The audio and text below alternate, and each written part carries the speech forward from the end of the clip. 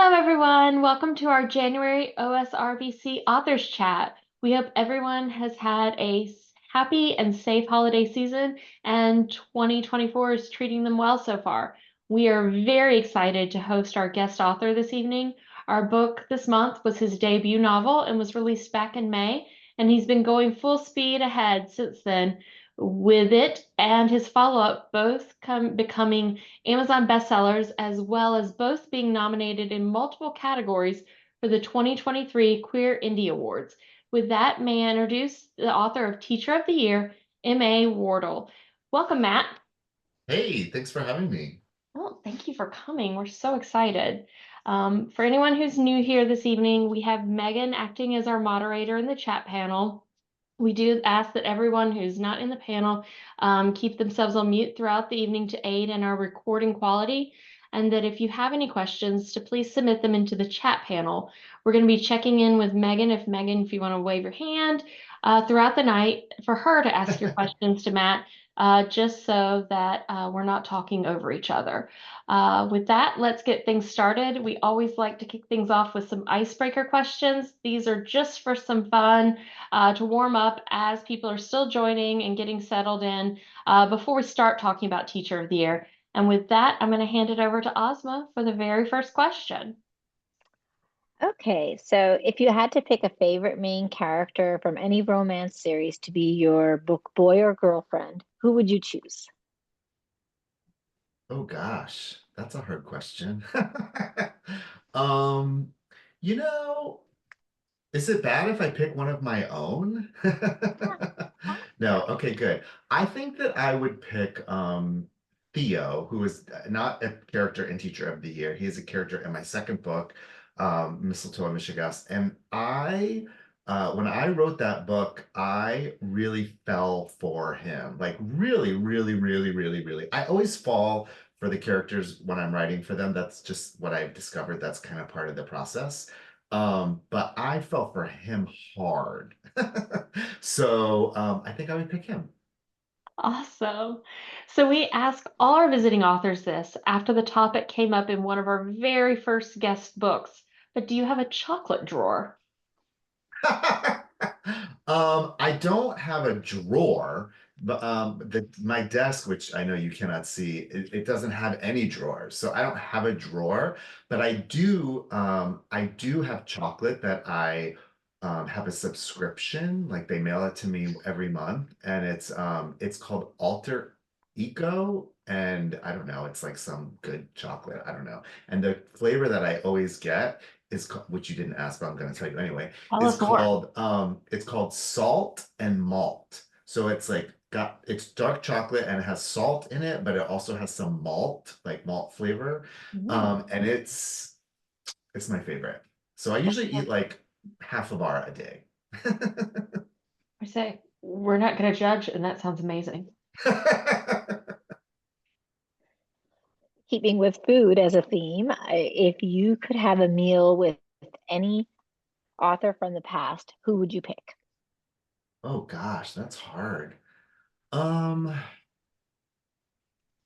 this is gonna sound strange, but I'm not like a big classics person. Although I will say I remember when I was very little, probably too young to be have this book read to me. My grandmother read Moby Dick to me, and I was really fascinated by it. It's a little like homoerotic, like all those men on a boat, which I didn't know because I was really little, but like something, but I don't think I would want to have a meal with him. What I will say, which is not, again, I'm not answering your question, but this is me, so welcome to spending some time with me. I was very lucky. One of my favorite books, which I feel like I might have come to your book club for this book, but I cannot remember, is The Charm Offensive by Alison Cochrane. Did you have a book club for that? We And did. I think I came.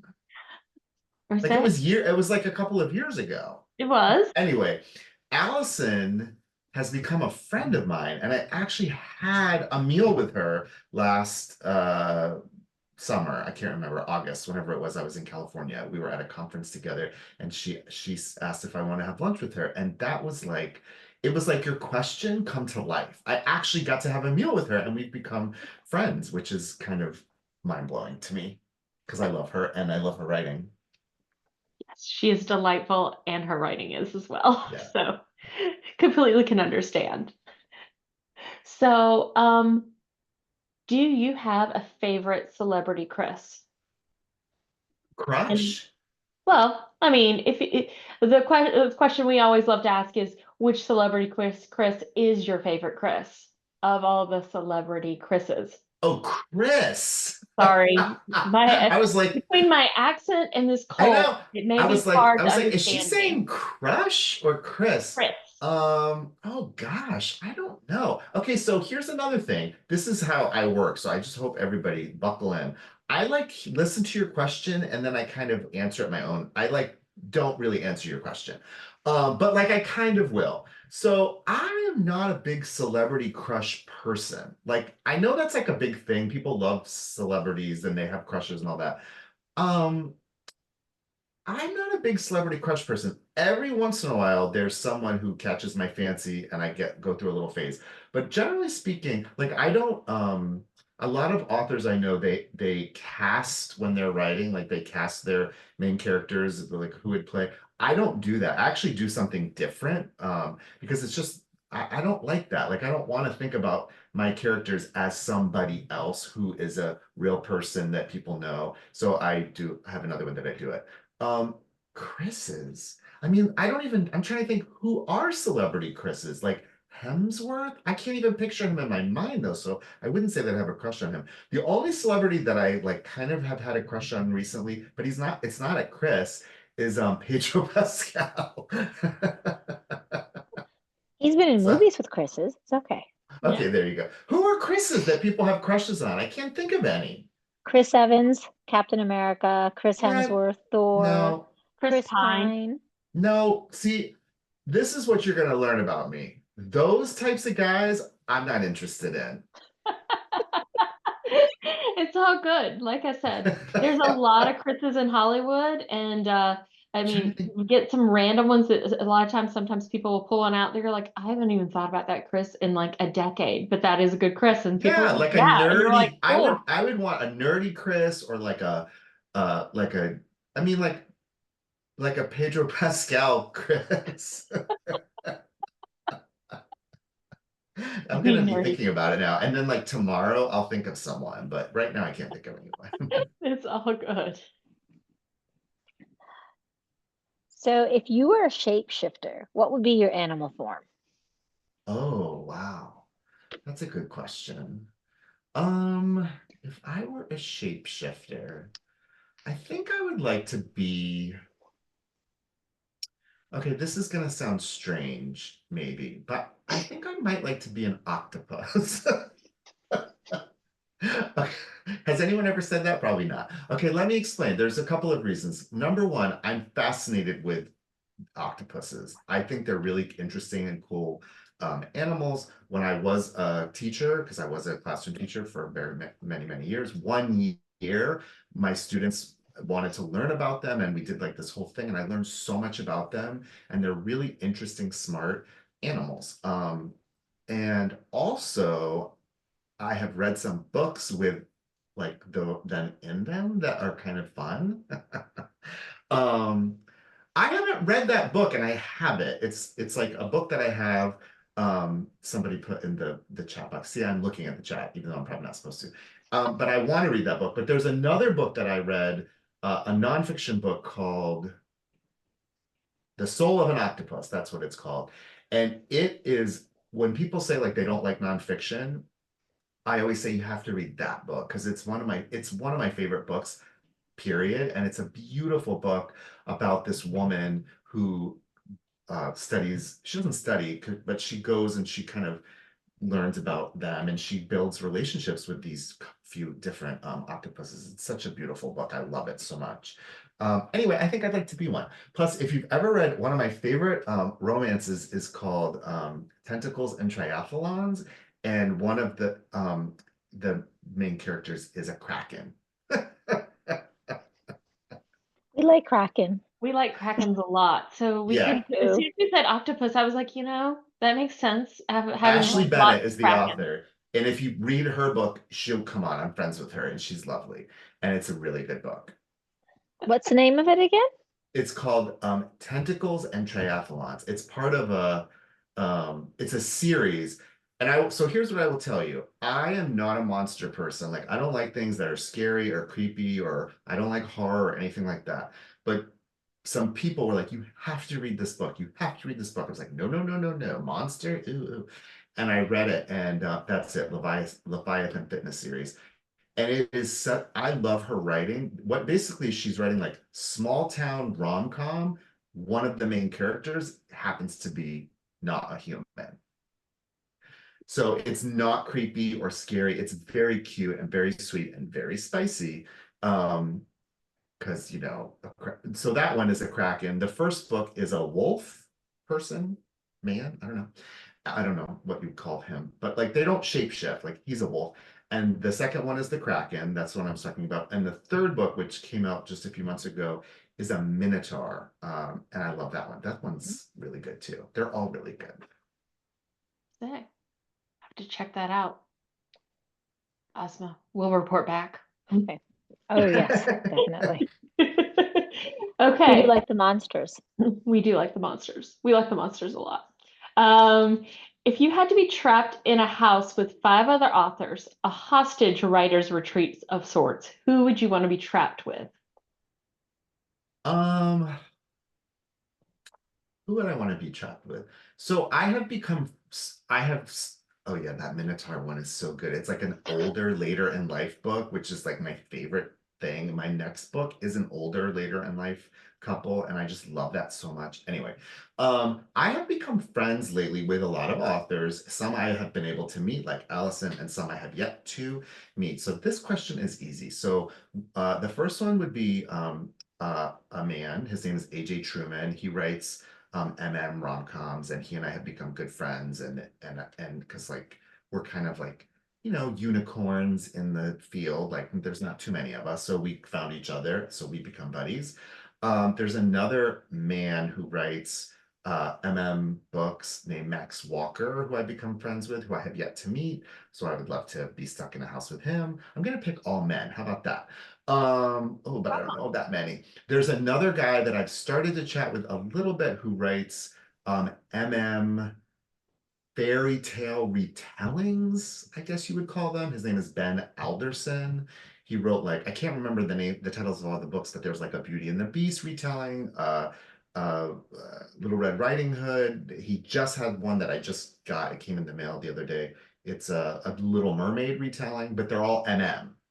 So I would love to have him in the house. He's also British, love an accent.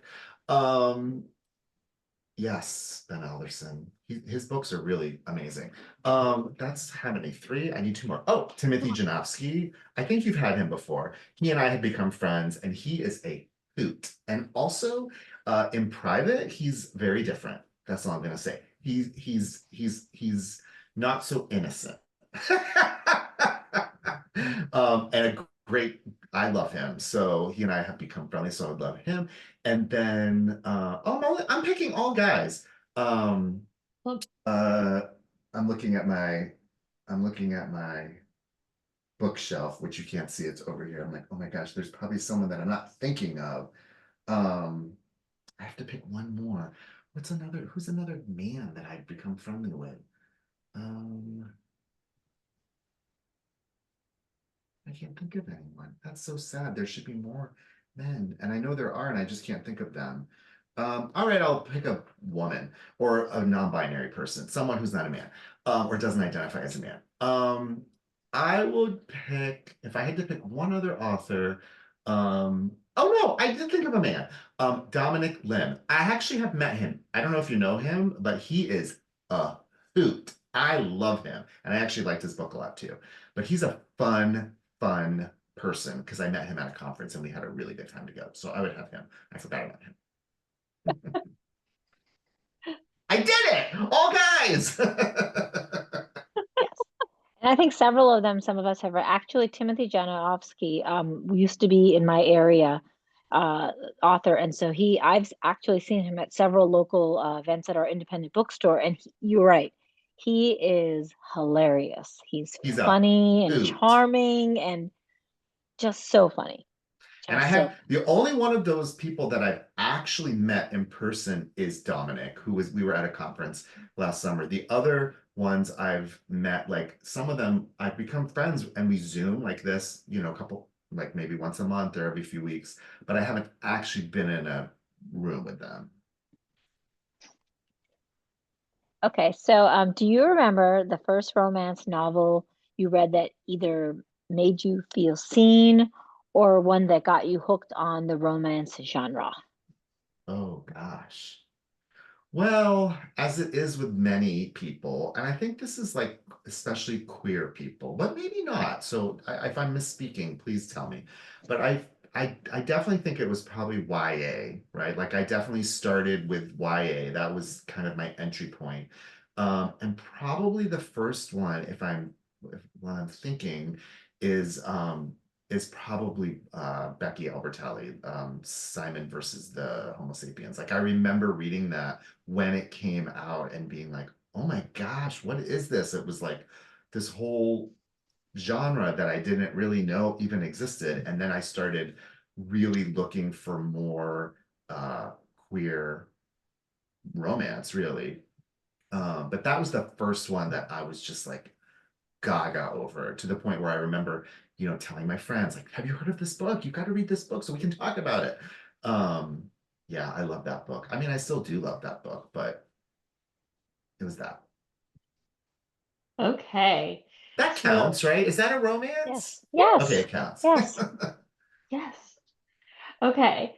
Time to get to the really good stuff and chat about Teacher of the Year. Um, a defining part of Marvin's character in Teacher of the Year is his anxiety and how he interacts with it in his daily life, sometimes very insightfully, often less positively, but it's a constant presence. What inspired you to include anxiety as such a key part of your main character's identity and story arc? That's a good question. Well, one of my like personal goals as an author is to have more mental health rep in my books. Like that's just all of my books. So this was the first one, right? And I thought, okay, well, this is one that I know a little about. And also I feel like a lot of people, maybe they don't have anxiety to the same degree as Marvin does in the book, but a lot, like this is just who we are as a society now. Most people have some form of anxiety or some level of it. So I just felt like this was something that I thought a lot of people could probably relate to. And I also know myself as a teacher, but also I have a lot of friends who are teachers, because I was a teacher. And it's just a very big job. Especially when you are, I mean, I was going to say, especially when you're in charge of little people, but honestly, it's a big job no matter who you're in charge of. But when they're little, there's like a whole nother level of anxiety that comes with it, because they're not really capable of taking care of themselves. So that, yeah, adds a whole nother, facet of anxiety to it. So I just thought, okay, well, you've got someone who's working with little kids, and also like I know it's a stereotype, but it's, sometimes stereotypes come from real places. But like it's like a Jewish thing, right? Like we joke when we're, Jewish people will often joke about anxiety. Um, like, I mean, there's some jokes in the book where he even says, things about it. Um, and so I was just kind of like leaning into that. And I just thought that, I've heard, I try really hard not to read reviews anymore because I learned really quick that was not a smart thing to do. But for a while, I didn't know that, and I did read reviews. And I read some people, or I heard some people say like it was just too much, or like being in his head is a lot. And my answer to that, which no one's asking me when they're reviewing, but like if they were, my answer is yeah, that's the point, right? Like the point was I wanted to show what it feels like to have that level of anxiety. And that is something that I've tried to, so I know we're not talking about the other books, but like the second book, one of the main characters has like pretty severe PTSD from being deployed in the military. And then in my book that I'm working on, that's almost finished, one of the characters has pretty severe OCD. And so my goal with these mental health issues is to show somebody what it feels like to be in the head of someone. Now, with Marvin, because because Teacher of the Year is single POV, it's a lot because you never get out of his head. In the other two books, they are dual POV, so you get a little bit of a break when you're not in that character's point of view. I don't even remember what your question was, but hopefully I answered. You did. And you brought up Okay. some topics that we're going to delve a little bit deeper into. So I'm kind of glad that you brought them into because it's going to make segueing into them a little bit easier and a little bit, See which what I did? I know. Speaking of Yes, which, it gave Ozma a perfect segue for this next question. exactly. Going back to the Jewish culture, in Meeting Marvins, readers received lots of references to Jewish culture and language. How did you decide what details you wanted to include as you created your character? So that's a good question. Not that you need me to tell you, that's a good question, but I told you. So when I decided that I was going to write, I really wanted to show things that I don't see often in a lot of romance, a lot of rep, right? And so this is like, I know it's going to sound like I'm changing the subject, but I'm not. But like when you asked me about which Chris and you were like naming all those Chris's, those are the guys that I see in romance, right? Chris Pines, Chris, whatever, I can't even remember them, Evans, whoever they are. They're all, I call them, and I have to be careful with language, but I call them typical hunks, right? Like if you went into an AI program and said, show me a hunk, that's what they would show you, right?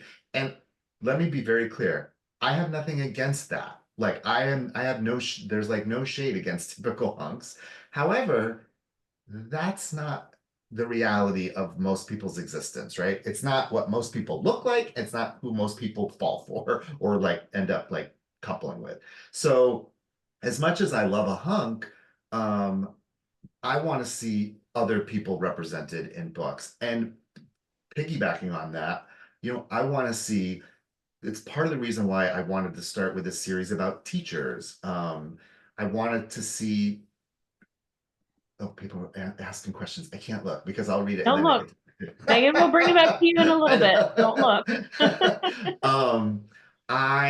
I wanted to write about teachers, I wanted to write about queer teachers, and I gave myself the task that for this series, which is 4 books, that at least one of the main characters would be Jewish, because I don't see that in books very much. And when I do see people who are not Christian, it's usually just like in passing, or I shouldn't say it's in passing, it's mentioned, right? Like, they might just say, which, there's no right way or wrong way to be Jewish or Muslim or whatever religion you are. But I just felt like if I'm going to do it, I'm going to lean into it, right? So I really wanted that to be part of who he is, because for a lot of Jewish people, it is like that.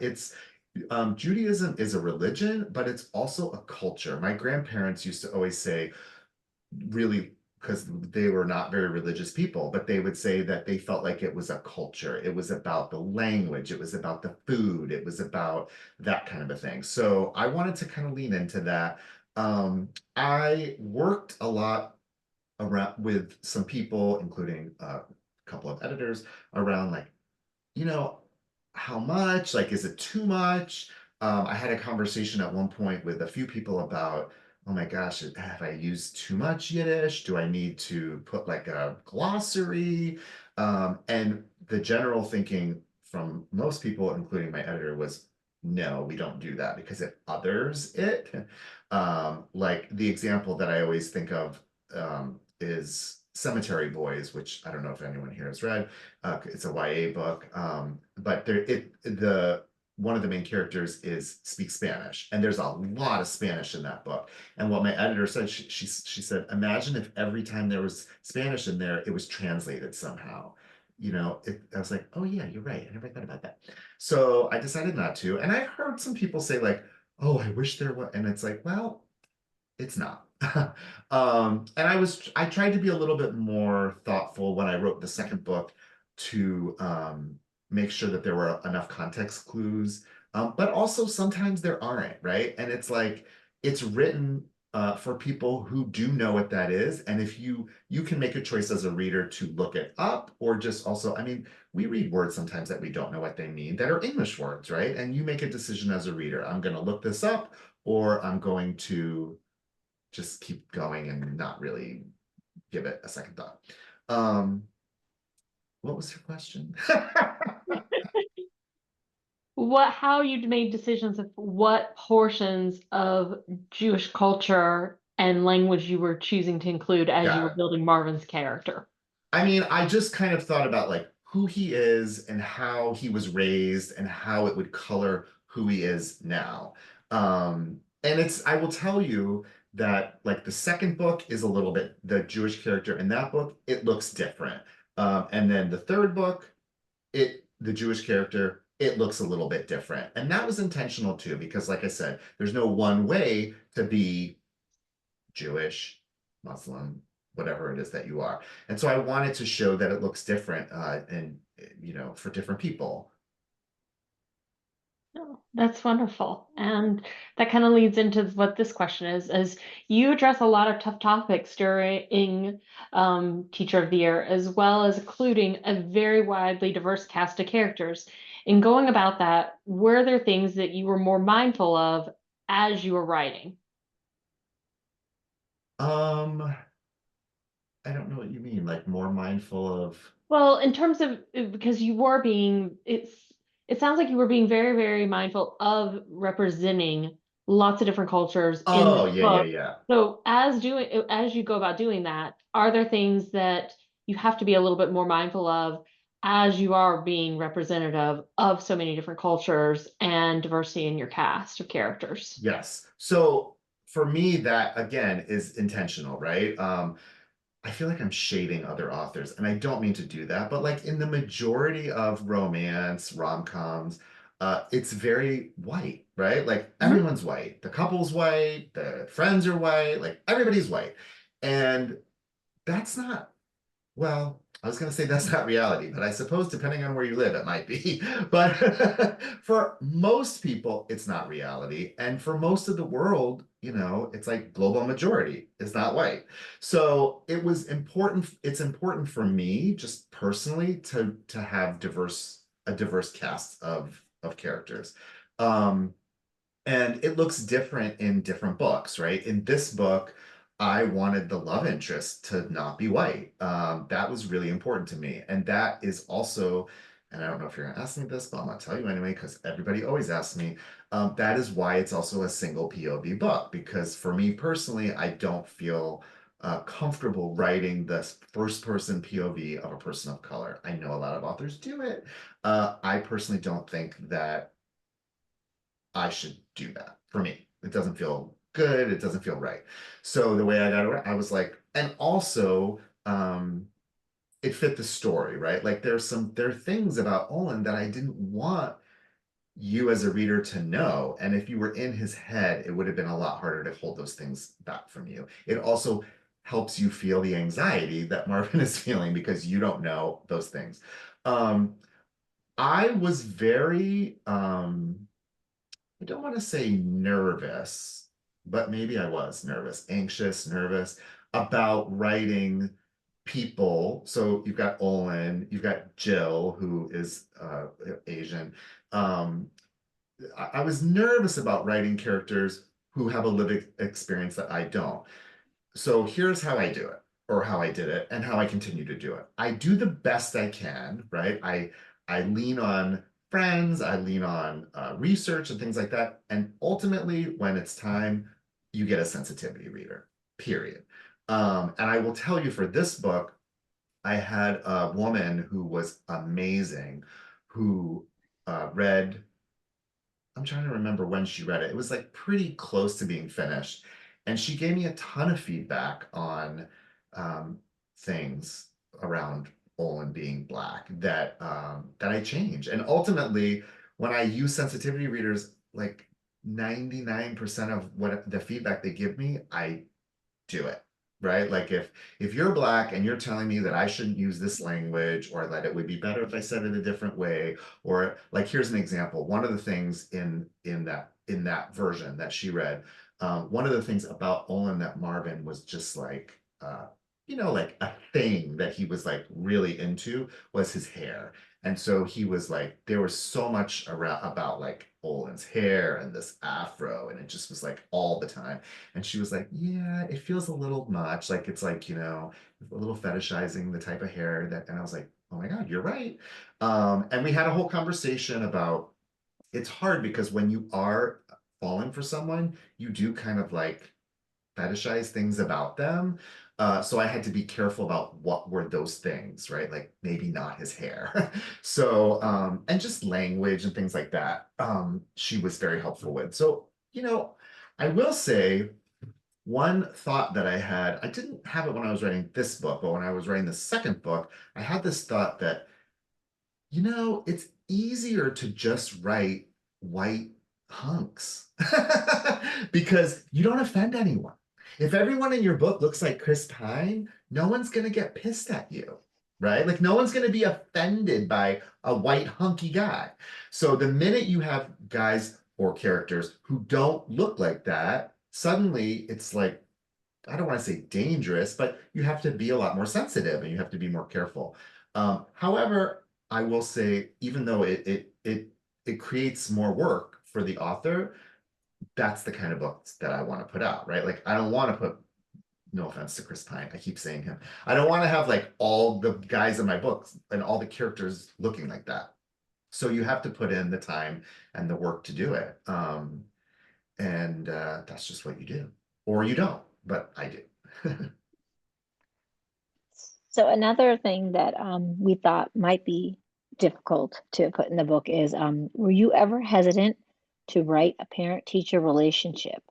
And did you ever consider the relationship being discovered and objected to, being that Marvin and and Owen's third act conflict to being the Yeah, I mean, so I'll be honest with you. I mean, so the idea for the book is when I had the idea before I even like really even started developing the book was that. So I was like, can I do this? It's like, how's this? On the one hand, it's a rom-com, right? So it's a fantasy. It's not real. So you can play with that a little bit, but also I wanted to make sure that it wasn't like so out of, the realm of possibility. So I actually asked some friends of mine who are principals. And I just said, hey, can I just ask you the most random thing in the world? And of course, then I had to explain why I was asking because they wanted to know. But I just asked them, how would this look? Like, what would it be like? And basically, what I had two principal friends that I asked, and they both said the same thing, which was basically, um, while it wouldn't be there's no rule against it, which I said that like multiple times in the book. However, it's like, not probably the most ideal thing in the world, but that's why they hide it, right? Like that's why Marvin doesn't want anyone to know that he's with the parent because he knows, like there's a part of him that knows that it's probably not the most up and up thing to do. Um, but also it's not against the rules, right? I have the same thing in the second book. It's not a parent, it's a teacher and a custodian, but they work at the school together. So, like, are there rules? And then when I started asking people, do you know how many people told me? They're like, I know a teacher who married the custodian. So I was like, okay, it's cool. We can do it. Oh, goodness. So, going into kind of talking about like the hunks, so with Olin's character, you explored the hot nerd trope.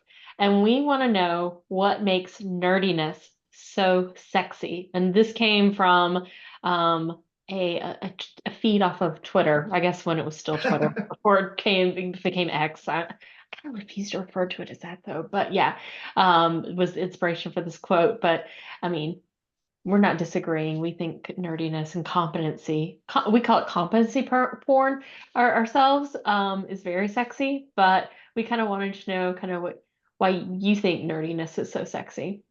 I mean, I just think there's something about like if you think about Olin, I mean, I never say it in the book, in the, it's never said, I never say this, but like he's also kind of like probably on the spectrum, right? Like he kind of reads that way, and that was my intention when I wrote him, but again, not diagnosed or not, it's not something that he's like aware of. But I just think there's something endearing about a person who is not smart, not just that they're smart, but that they're um like they're proud of being smart, and uh there's a word for it. I think it's called sapiosexual. Am I making that up? I'm not. I think I that's haven't what it's heard it called. before, but it sounds good. We'll go with it. Sapiosexual means that you are attracted to someone's brain. That's what it means. Like you're attracted to their intellect.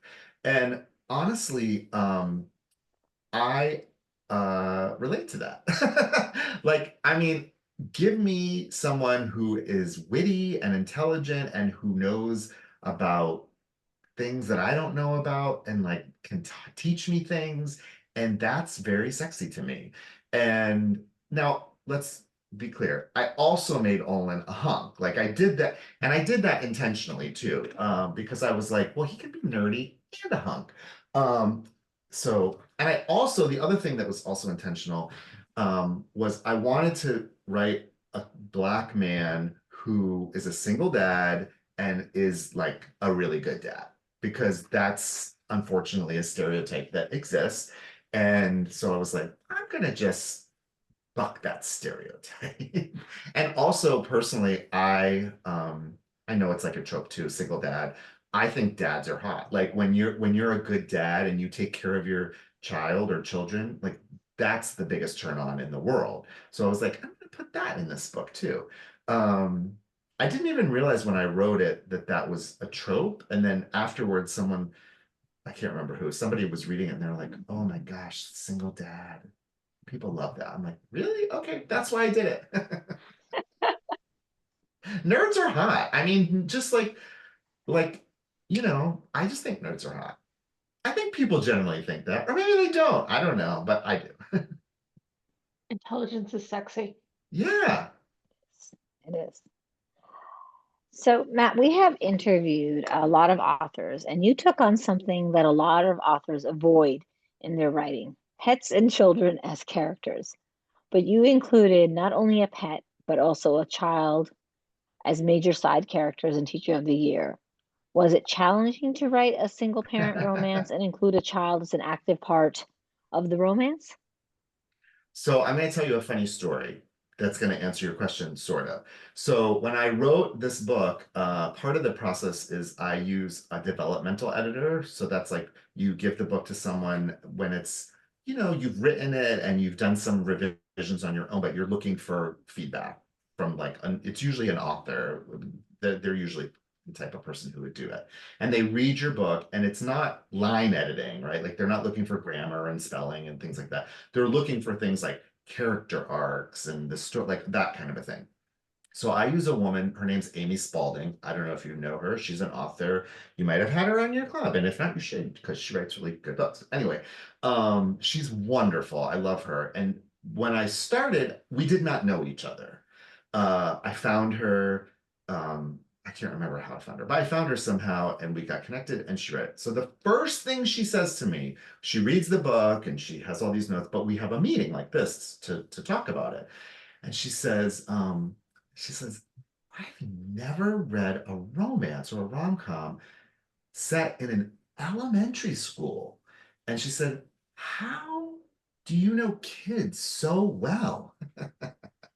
And I said, well, Let me tell you, I was a teacher for many, many years. I taught kindergarten, first grade, and second grade. And I also worked with preschool teachers for a little while as an instructional coach for almost 20 years. So I feel like I really know kids well, like very well. In a different way than when, not that you don't know kids when you, but when you have, if you're a parent, you know your kid, right? Like that's your experience. I have the experience of spending my time with hundreds of children, literally hundreds. So I really know this age, like the, pre-K to second grade age, like 4 to 7 year olds, I guess you would say.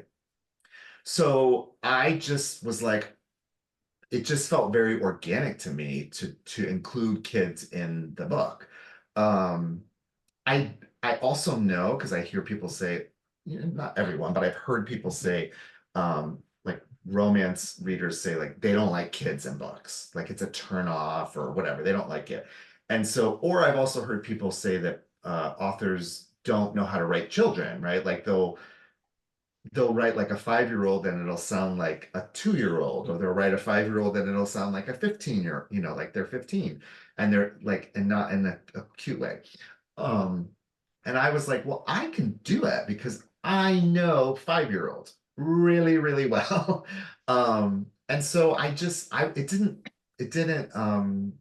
didn't scare me. Like it didn't intimidate me at all.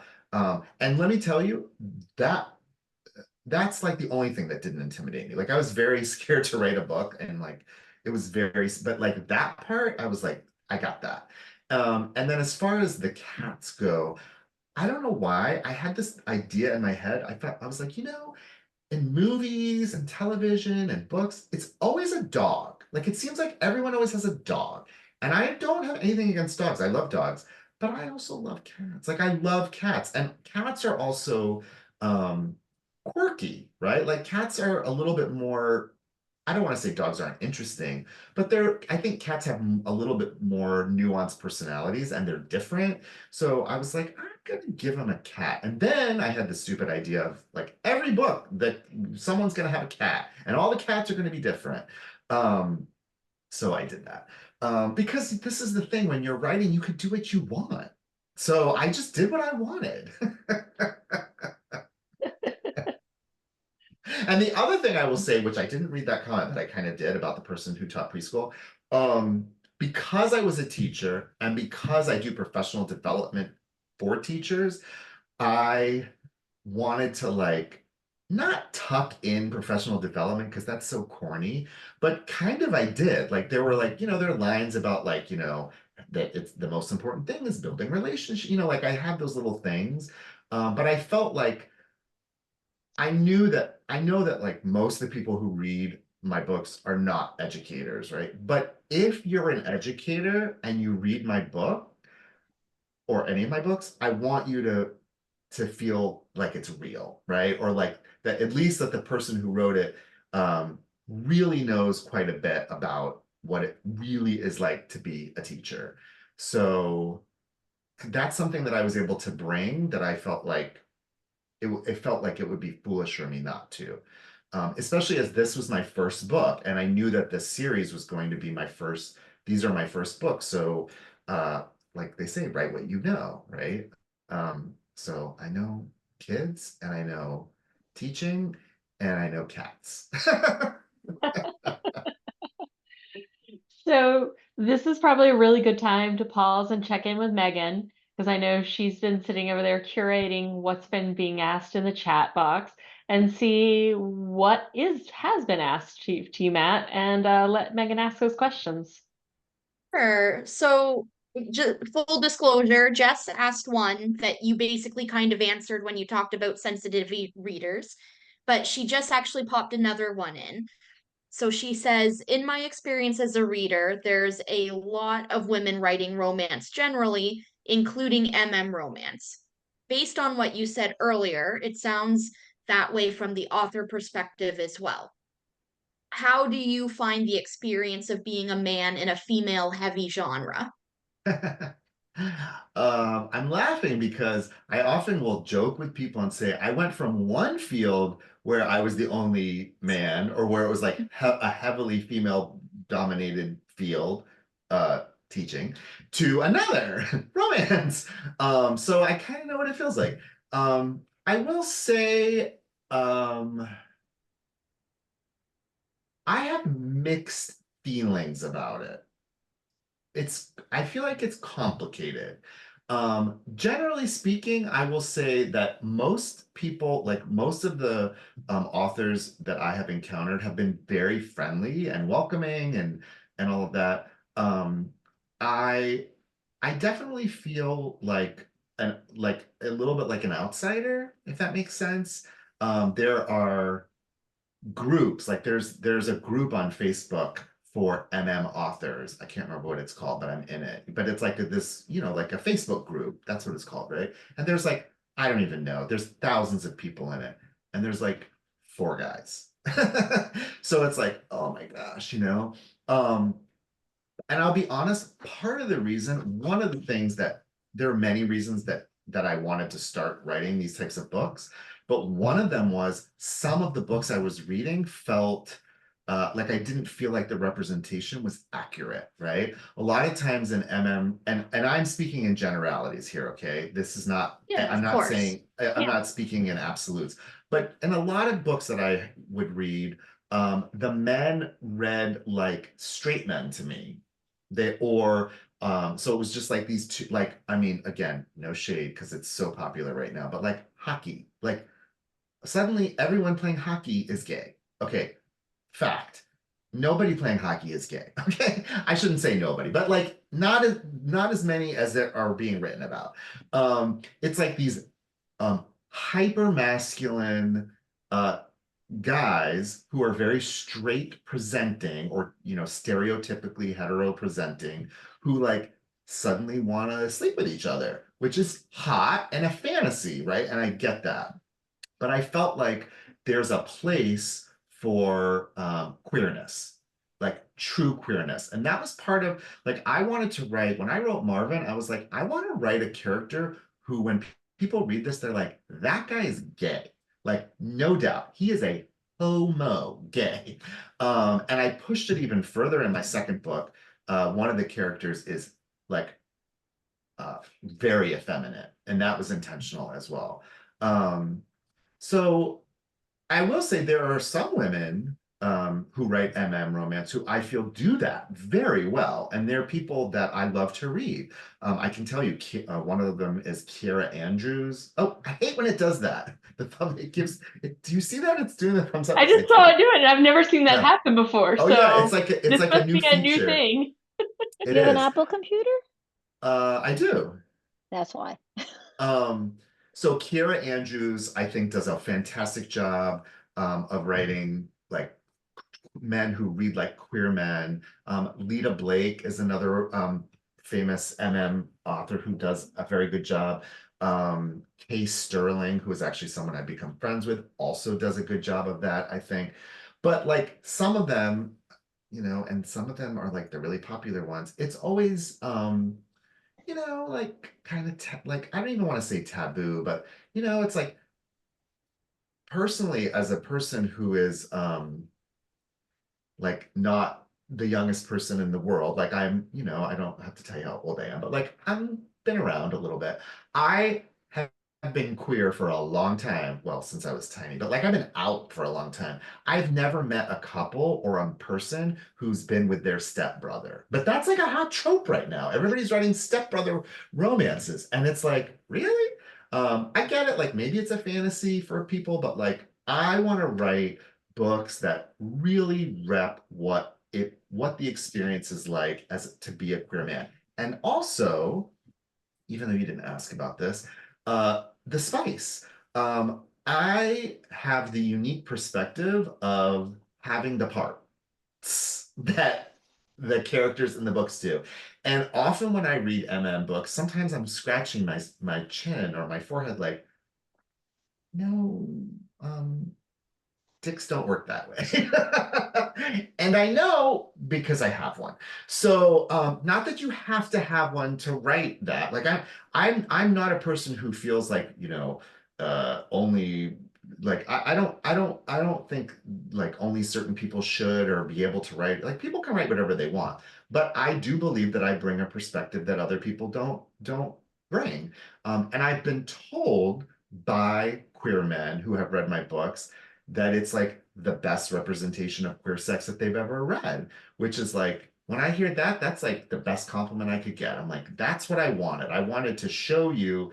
And then for people who aren't queer men, you get to, you know, and I don't know. I think that's part of the reason why my books have sold so well. Because I think people are curious. They're like, oh, a gay guy wrote this. I want to see like what he thinks it's like, or you know, I don't know. I don't know if that's why, but um yeah, so I don't know. Anyone can write whatever they want, right? I guess the part that sometimes I get frustrated about is like sometimes I'll see on like TikTok or Instagram or whatever, people will make lists of like MM romances or whatever, and there's not a single own voices on there. It's all women authors. And I'm like, really? You couldn't pick one? Like what I'm learning is there are more, right? Like it's not just me. I listed 4 already that I was gonna have dinner with, right? Or whatever, spend a weekend with or whatever it was.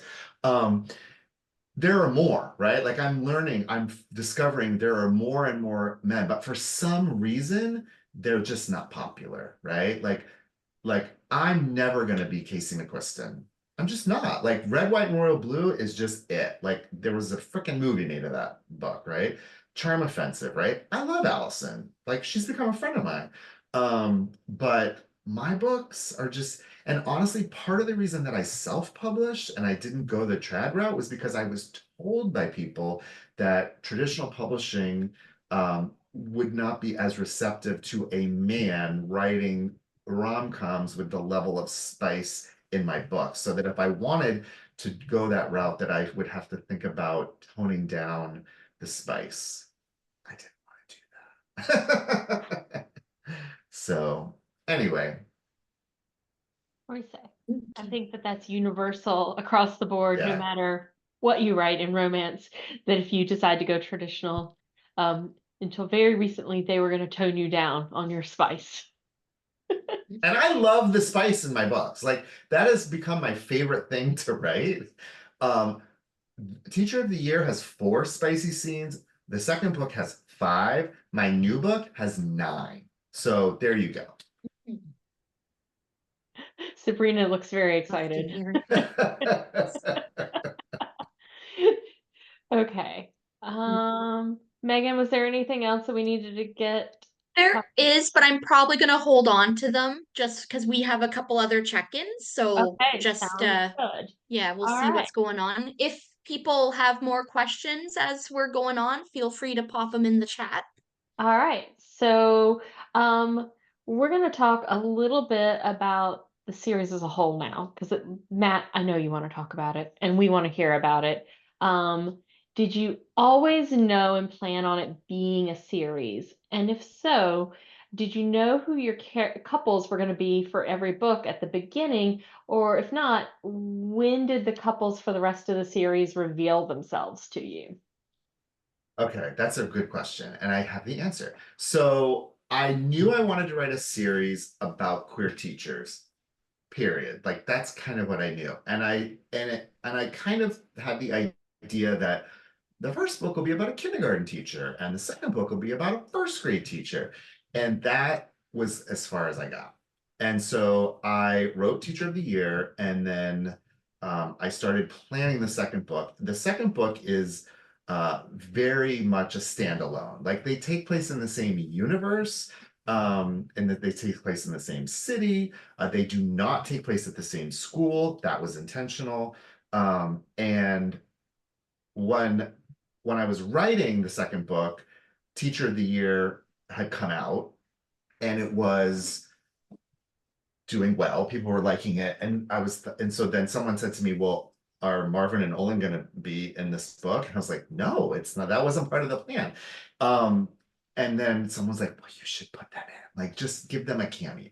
So I was like, really? Oh, okay. So I did. I figured out like, oh, they could fit in a scene, but it's like one scene, you know, it's like very small. They're not integral to the story at all, because it wasn't planned to be that way.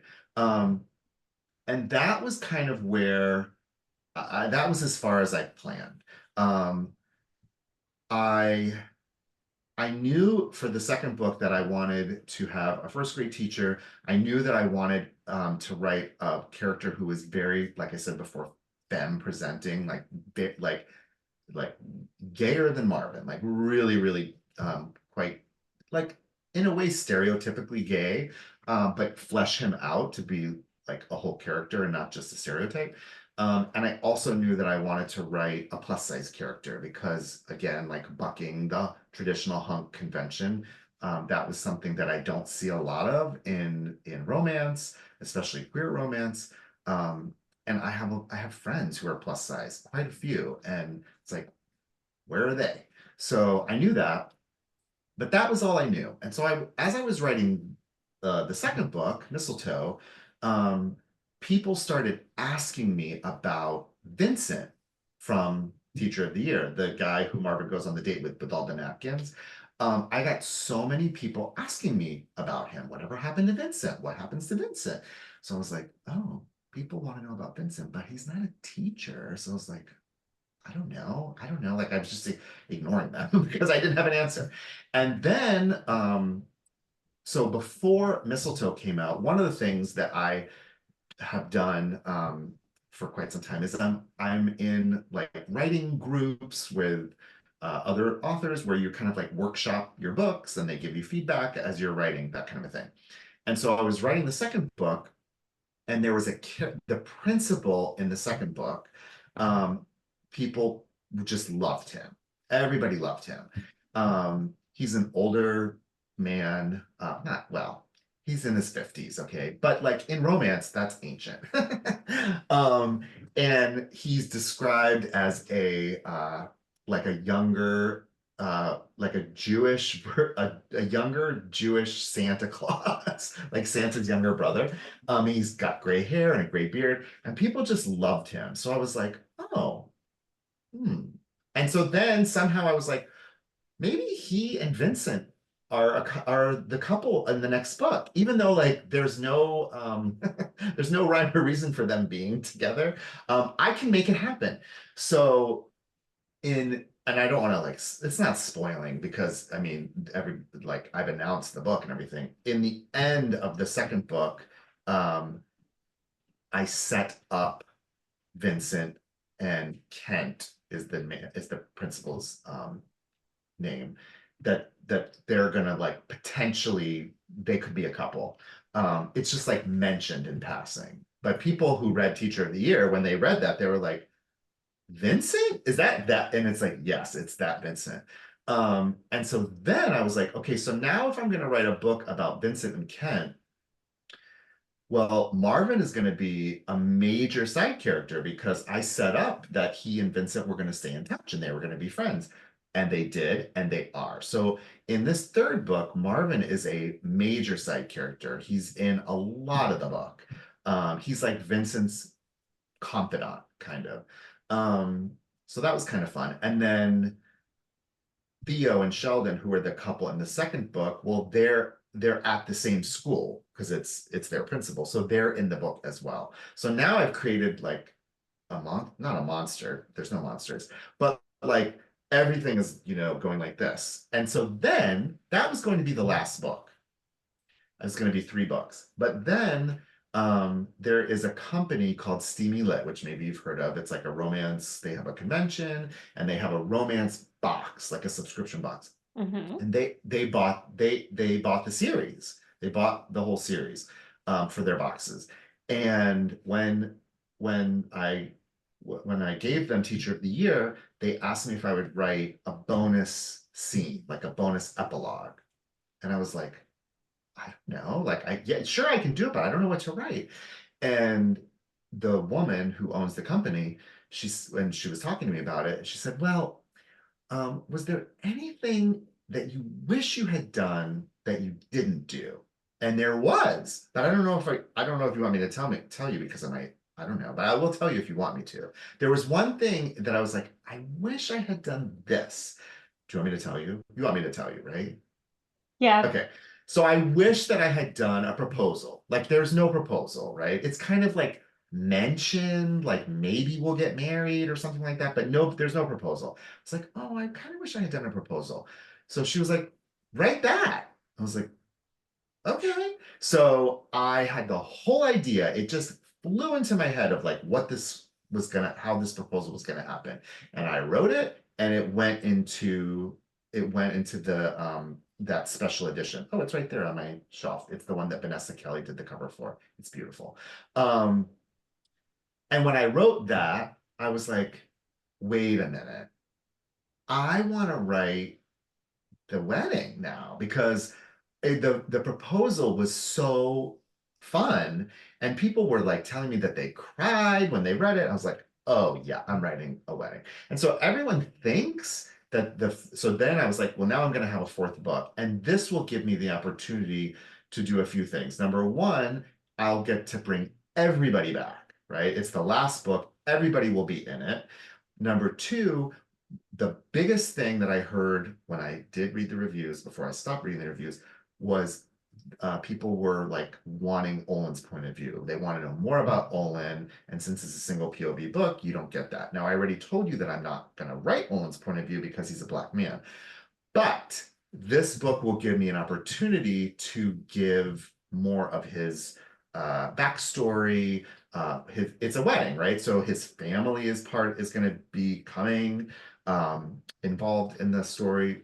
And I also have a device that I thought of to give a little bit of his POV without writing his POV like full on, because I'm not going to do that. And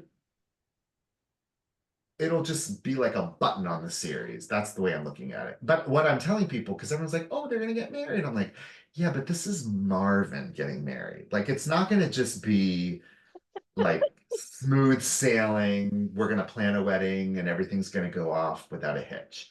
No. I mean, he also has his mother. He also has his mother. And the other thing, Olin, I don't want to give too much away, but Olin's family becomes a big part of the story. And I also, one of the things that I like to do with myself as an author is I like to challenge myself and like try to push myself to do things that I've never done before, which is why the third book has 9 scenes. I was like trying to do something different. And I did. But one of the tropes that I always hear people say that they hate. Now watch, people here are probably gonna be like, I love that trope. But most people, I'm always like, people say they hate it. It's I think it's called like secret baby or like surprise pregnancy, right? People hate that trope, right?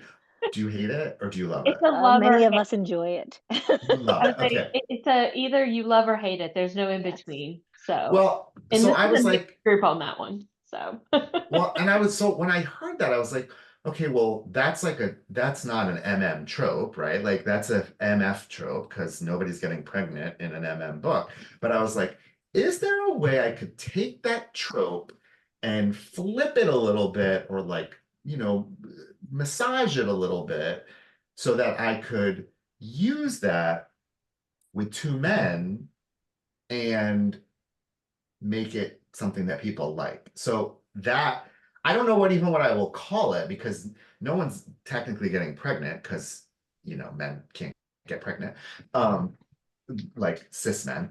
And so I was just like, but it's gonna happen. There's going to be a surprise child. we look forward to And seeing how you're going to do that. and I also am using it as a way to like one of the themes of this book. So the 4th book is called Husband of the Year. And one of the themes is going to be like this whole idea of as a queer person, what does it mean to be a parent? Right. So like Marvin doesn't have any biological children of his own. He's going to become a stepfather, right? But he's at the age where he's thinking about children. Like, does he want to have a child? Like, does he not want to have a child? What does that mean for him? What does that mean for them as a couple? It also gives me an opportunity to write a book with an established couple, right? This isn't a couple who are meeting and coming together.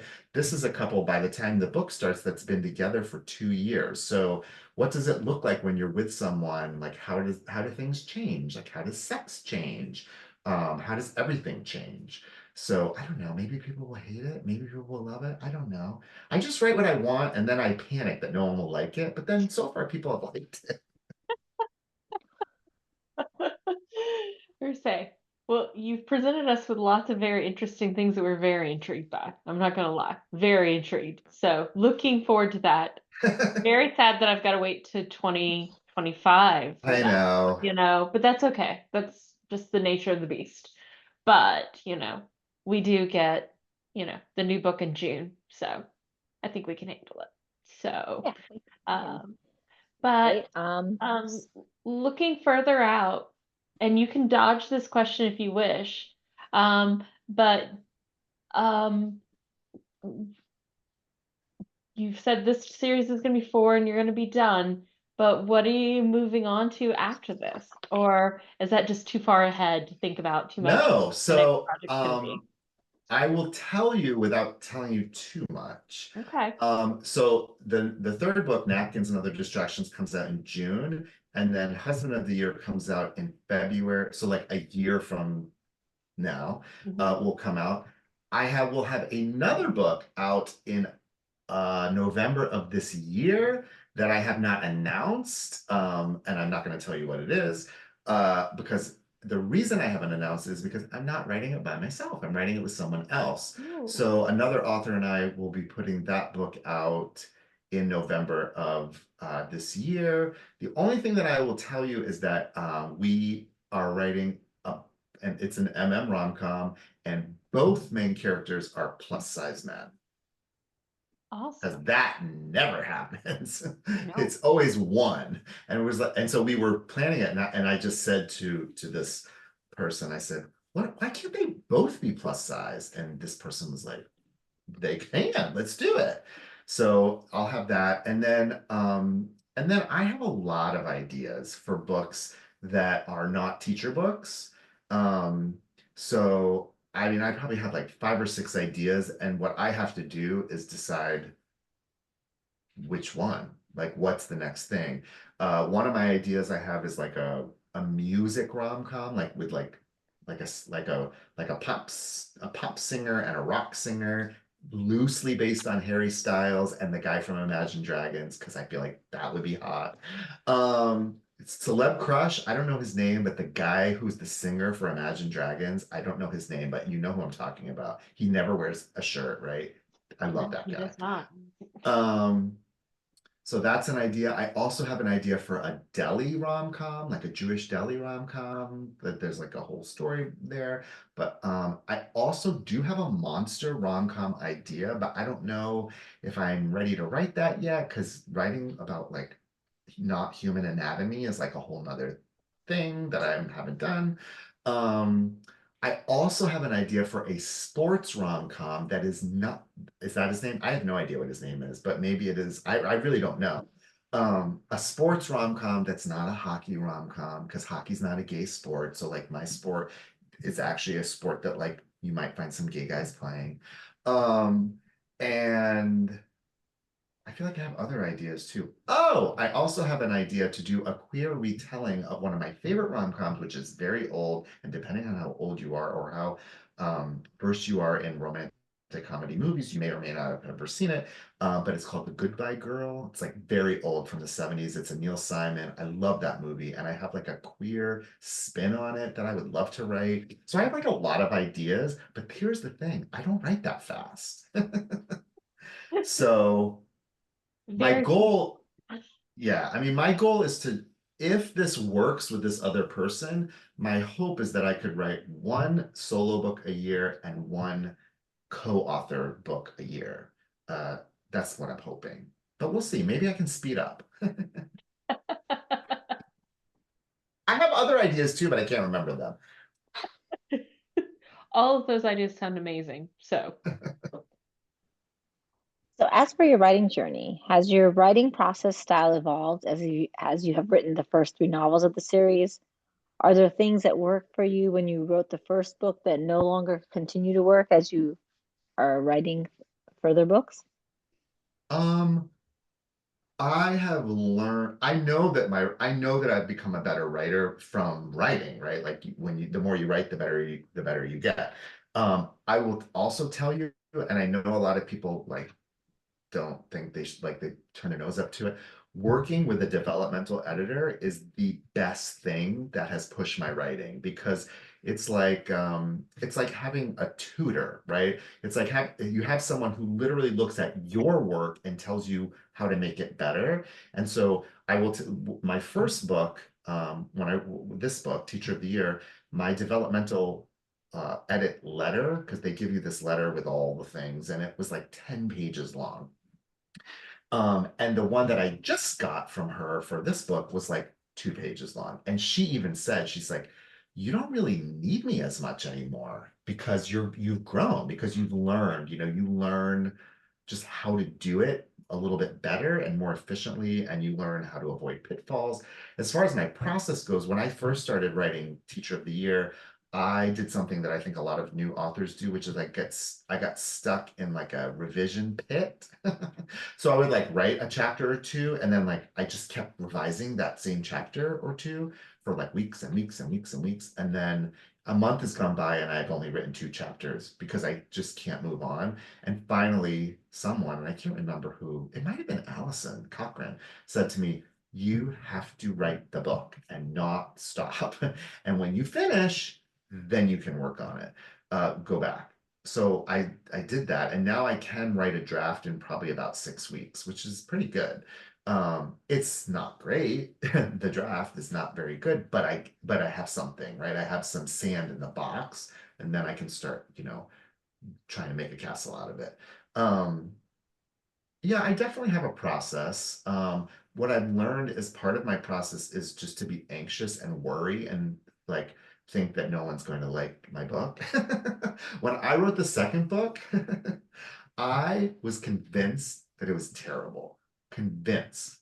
Because there was so much that was new about it. It's Grumpy Sunshine, and it's dual POV, and I am not a grumpy person at all. And so I was like, oh my gosh, I don't even know if this is any good. And so I had an author friend. I said, can you just like read a little bit? You don't even have to read the whole book. Just tell me, is it terrible? Should I throw it out? And I gave her the book, and like 2 days later, she says, Matt, I read that whole book. It's better than Teacher of the Year. It's like, what? I legitimately thought it was terrible. So I think that's just part of my process is imposter syndrome.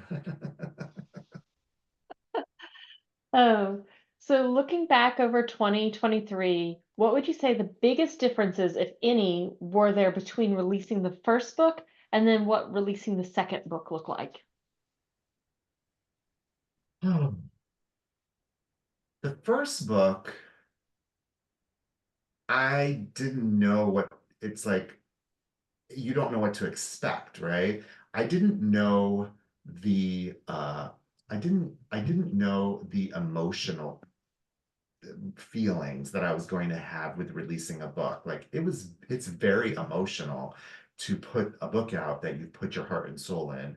And it really kind of threw me for a loop. Like I wasn't expecting that. Like I needed therapy. It was like so overwhelming and emotional to put this book out and have people reading it and like having any reaction to it. So like that was just so new. And then by the time I got to the second book, I still had those feelings, but I knew they were going to come, right? Like I knew I expected them, where the first book I didn't expect them at all. It wasn't on my radar. Also, like the first book, like my husband took the day off. It was like we went to lunch. And then with the second book, it was like, yeah, I mean, it's probably like that with kids, right? Like by the time you have the second kid, you're like, whatever. It was kind of like that. Like less eventful. But I mean, no, I don't, and then not to say that I don't love my second book. It's nothing to do with that. It was just like, well, we're not going to do this for every book. um, the difference also with the second book was then I had like with the first book, nobody knew who I was, and nobody had read anything by me. And by the time the second book comes out, some people have read your book and they know who you are.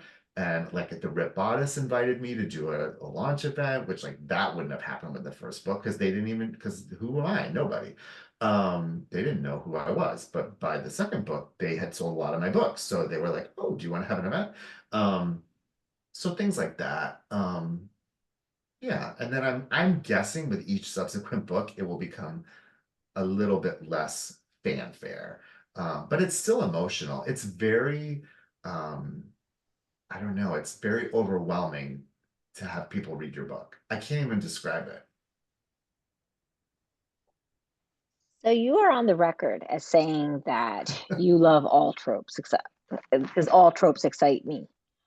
But are there tropes that are more difficult for you to write? What tropes would you like to write that you haven't yet? And are there any tropes that you don't want to write at all? Um, I don't think there are any tropes that I would just like avoid. Like I said, to me, it's a challenge. I'm like, I like to challenge myself. That's why I feel like every book I've written has been very different than the one before. And I think this new one is is very different. And the people who have read it have told me that. Um and that's purposeful for me. So like I like trying things that are different. The one that I'm always kind of like, I don't know, it doesn't like maybe it's not like something that I love and that excites me is like second chance romance. But I will tell you, without telling you too much, the book that I'm co-writing with this other person that comes out in November is a second chance romance. So again, I do that on purpose. I'm like, okay, what's the thing that I don't necessarily love or that I like, then I want to do that. Like I want to do things that are a challenge to me or feel uncomfortable because then otherwise it's just cookie cutter. I'm just doing the same thing over and over again. That's not fun for me. Um, and even like the sex, for me, I want it to be different. Like I want to show different things. So like one of the things in the third book that's coming out with the 9 sex scenes is one of Vincent, the napkin guy, identifies as a side, which I don't know if you know what that is because a lot of people don't, but he will explain it in the book. See, you're making a face. So in the gay community, most men identify as a top. That would be like the dominant person, or like sexually dominant, or a bottom. That would be like the submissive or like the receptive partner. Mhm. But there are some gay men who identify as a side, not a top, not a bottom, but a side. And a side is a person who does not want to be a top and does not want to be a bottom. They don't want to have basically penetrative sex. And it's a real thing in the gay community that a lot of people don't know about. And it fits that character, like if you just think about what you know about him from Teacher of the Year. And so I was like, I'm gonna write a book where that never happens, but I'm gonna make it the hottest book I've written. There are going to be 9 sex scenes. There are going to be kinks and fetishes and toys and leather and you name it. But that is never going to happen. And that was purposeful, right? Because one of the things that I know about romance in general is even like queer romance often follows a very heteronormative trajectory. And that kind of sex, like penetrative sex, is considered to be the pinnacle of sex or the epitome of sex. And so I wanted to kind of like buck that. Are people going to like it? I have no idea. But I will tell you, I've already heard from queer men because I've said like, that there's side representation in this book, and guys are like coming out of the woodworks like, oh my gosh, I'm dying for a book with side rep. And I'm like, okay, I'm glad I did it. So I love new. I love like trying something new. I never thought that I would enjoy reading a monster romance, and now I have an idea to write one. So will it happen? I don't know. But it might. Okay, so most authors are readers as well. So what are your favorite romance subgenres and tropes to read? And do you have any books as a reader that you are looking forward to releasing this year in particular? Add to our TBR. Come on, add to our TBR. We love it. Okay, so I actually just got, Allison sent me her new book. It's sitting over there on my shelf. I think it comes out in April. Hold on, I'll get it. It's like literally right here. It's like right here. Oh, I saw that. Yeah. I saw So that somewhere too, yeah. it comes out April 2nd. So this will be like a book that I'm going to be reading very soon. Because if Allison writes it, I read it. So I'm excited for that. What other books am I excited for? I will tell you one thing that I have found: the more I write, the less I read. I just don't have the capacity is to consume more words, if that makes sense. So what I have been doing is a lot more audio books, because I can listen and I'm not like looking at words, because I'm looking at words a lot when I'm writing. So that, but that also limits, because if it's not an audiobook, then I can't, then I don't read it. What else am I looking forward to? I also have an arc that I was asked to read of Stephen Salvatore, who is a mostly a YA author, but he has a adult romance coming out. It's his first one. I can't remember what it's called. It's like a Pretty Woman spin on Pretty Woman, but it's queer. So I'm gonna be reading that, and I think it comes out in March. Can't remember what it's called. Is that the Harlequin one with the illustrated cover and the oh, that looks so good. I Yeah, can't remember what it's called either, but I I know the can't cover from remember. Jess is letting us NetGalley. know it's the boyfriend The subscription. boyfriend subscription. There we Jess is go. our resident researcher. If she says it's the thing, it is the thing. So I have that, and I actually need to read it like in February, because he asked me to write a blurb. So I have to read it. And I have it, so I want to read it. The other thing I will tell you, I don't know, like, I don't know what you all like to read or whatever, but I just finished reading, oh, there we go. Yeah. I'm sure it's cute. I love Steven's YA books, so I'm sure it's good.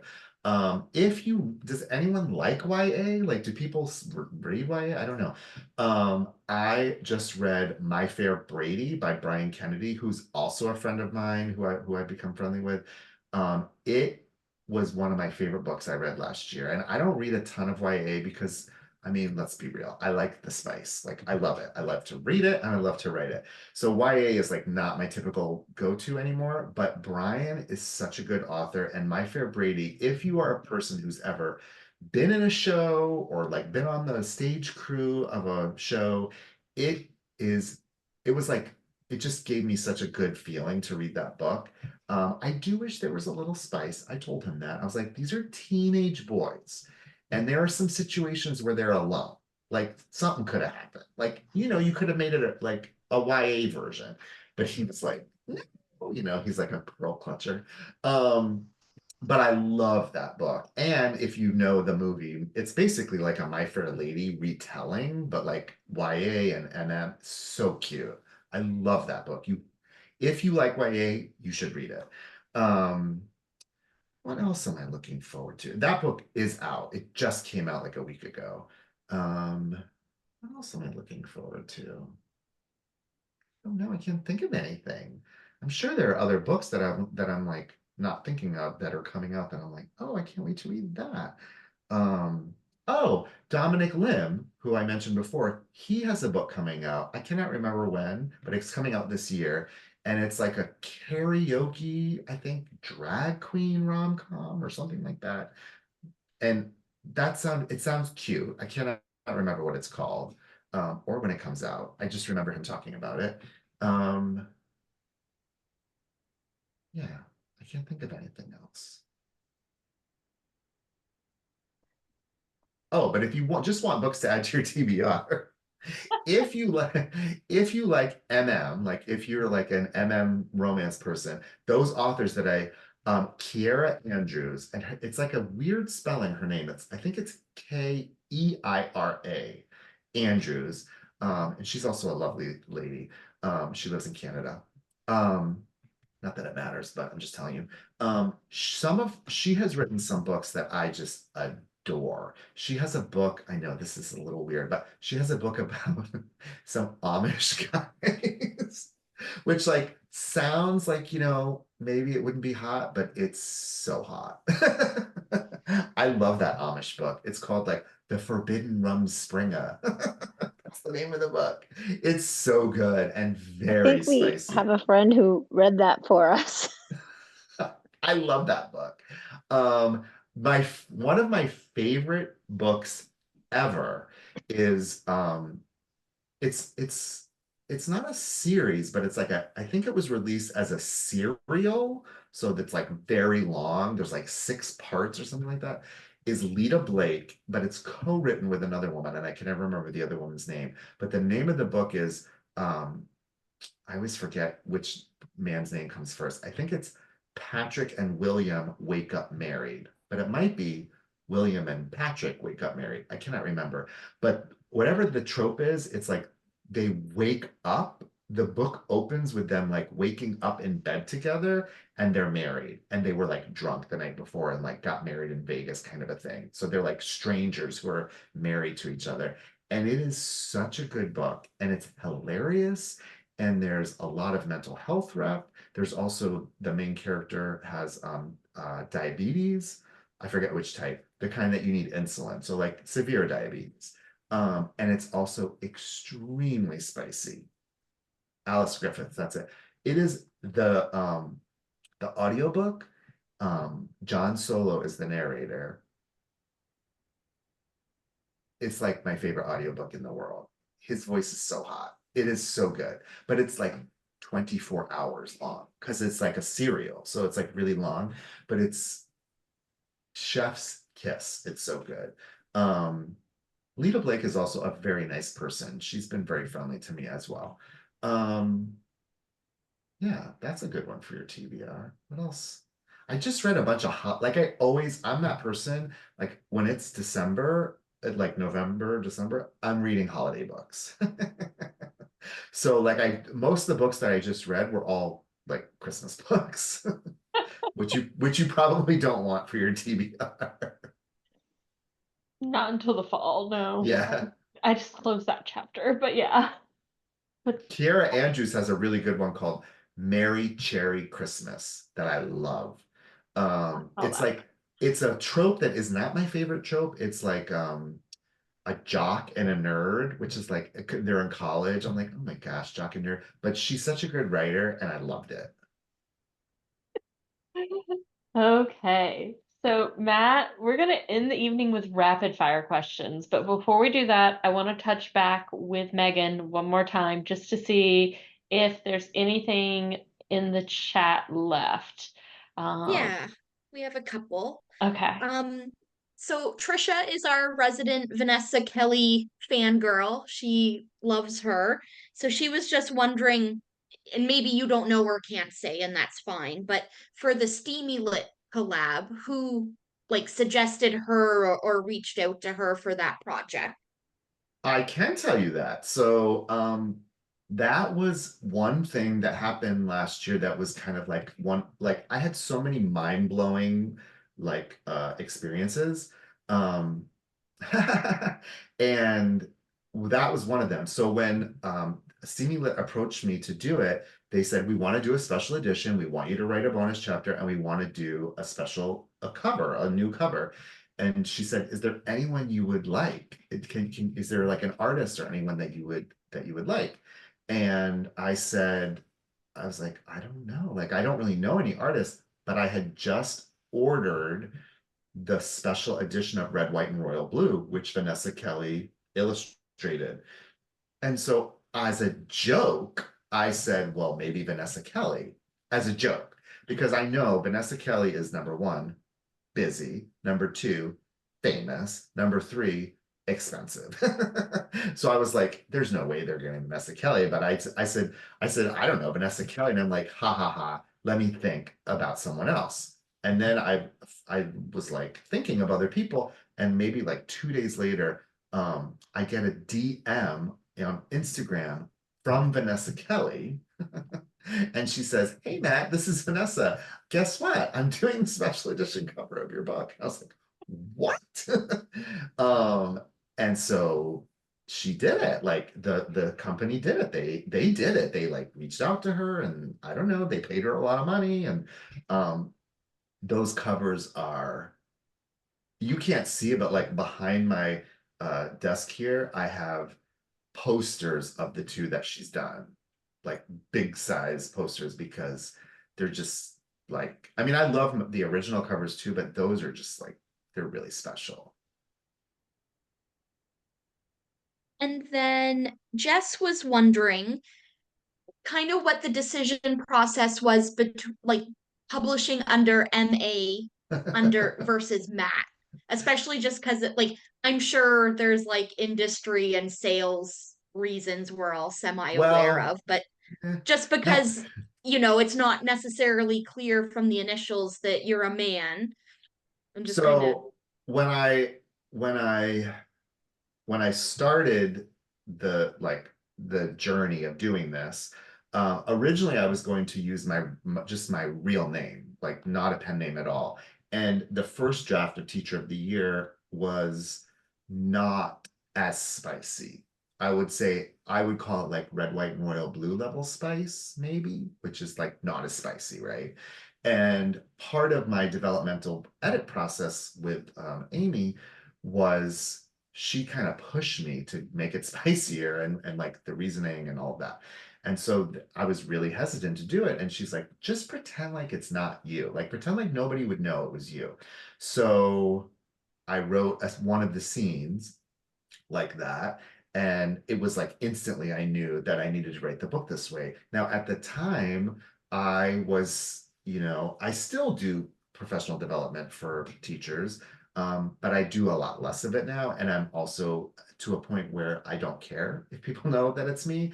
But at that time, I did care because that's was my job, right? Like, and that's how I was paying my mortgage and paying my bills and all that. So I didn't want to put out this like steamy, spicy book and then have nobody want to work with me or that kind of thing. I also write professional books for teachers under my real name. So I have other books that are published that are not like this kind of a book. So I was like, I need to have it be just separate. And I was wanting to be anonymous at the time. For a long time, if you follow me on social media, like nobody knew what I looked like. I'd never showed my face and that kind of a thing. Eventually, what happened was Teacher of the Year kind of blew up and did very well. And I started making money and I got an agent and I was selling rights all over the world and all that kind of a thing. Like, woohoo, yeah, yeah, yeah. And then when those things happened, I just kind of like didn't care as much. I will say one regret I have is using the initials. I wish I didn't because I want people to know that I'm a man. Like, because that's part of the shtick to me is that like it's a man who's writing this. So that's when I decided, when I did decide that I was like not going to hide who I was anymore, I was like, well, I'm just going to show my face. That's the easiest way for people to see that I'm a man. Um, but that's where it came from. And now I feel like I'm kind of like in it. So like I've thought about changing it and just putting like Matt Wardell as opposed to M.A. Wardell, but I feel like people know who it is and they know that it's me. And uh, so now it's like it's too late. absolutely. And You could that's do yeah, like that's all Jane we Eyre had and for now. in different genres and have like 3 different names. Yeah. Yeah. If you decide you want to play with the monster romance Yes. and you don't It'll want be anyone to know what it is, I would say start with a novella and you could just create a whole nother pen name for that. See what happens. Whole alter ego. So, so Matt, these last questions are what we call rapid fire, and they are just what they sound like. Quick, round robin style, whatever pops in your head, just say it and we move on to the next one. Okay. So with that, the first one is favorite liquid fuel while writing. Seltzer, usually like dip flavored seltzer. If you could only have one streaming service, which would it be? Paramount Plus, because Drag Race is on it. Are you an early bird or a night owl? Early bird. Paper, e, or audio? Audio. New Year's resolutions, yes or no? No. Pantser or plotter? Um, you know, that it's like I think I do both. I make an outline, but then I don't I'm not married to it. Tall, dark, and handsome, or blonde and beefy? Blonde and chunky. Fair. Speed reader or poring over every line? Speed reader. Okay.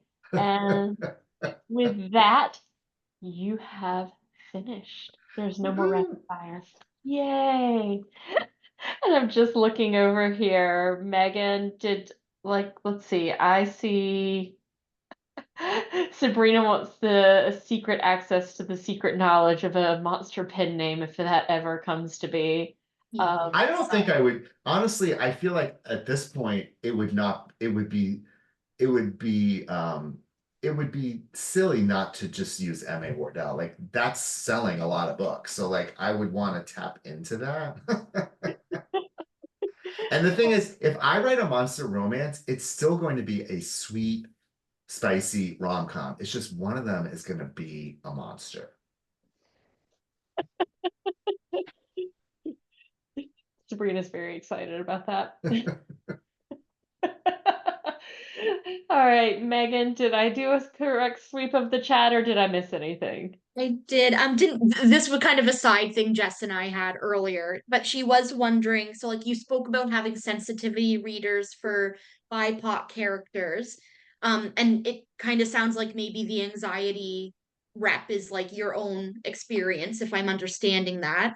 So, what about sensitivity readers for these other mental health representations you're showing in your book? Were you doing those as well, or are? Yes. So for mistletoe, I actually, which I kind of went overboard, but I was so paranoid that I did this. I actually had 3 sensitivity readers for so Theo is plus size. So I had 3 plus size sensitivity readers, which was a lot, and it was a lot of feedback, but I took it all because I was like, I cannot offend anyone. Like that is like I cannot do that. So I did that. And then I also had a military PTSD sensitivity reader. And then for this new book that I'm working on, I actually just had this person finish and got feedback. I had someone who has OCD as a sensitivity reader. So I just, if it's a main character, I need a sensitivity reader. Like if it's not a main character, like in this new book, I have like a side character who's African American, and I have an Indian side character, which I've never had that before. I don't necessarily think I need a sensitivity reader for those because they're not main characters, like they're just side characters. And my editor, who's like my line editor, she will like usually tell me if there's anything that's questionable that I should be thinking about. Because we're trying to be inclusive, not offensive. Yeah, exactly. Yeah. And that was it. All right.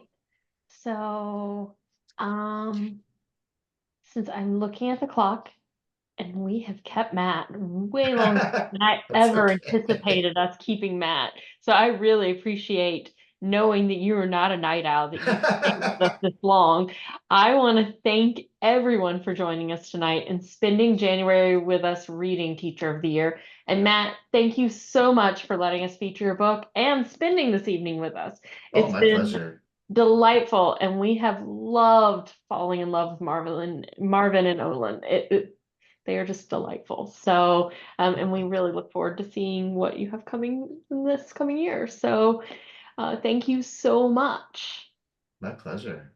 So, a few quick announcements before we close out the evening. February, we're going to be taking a break from having a specific read along book.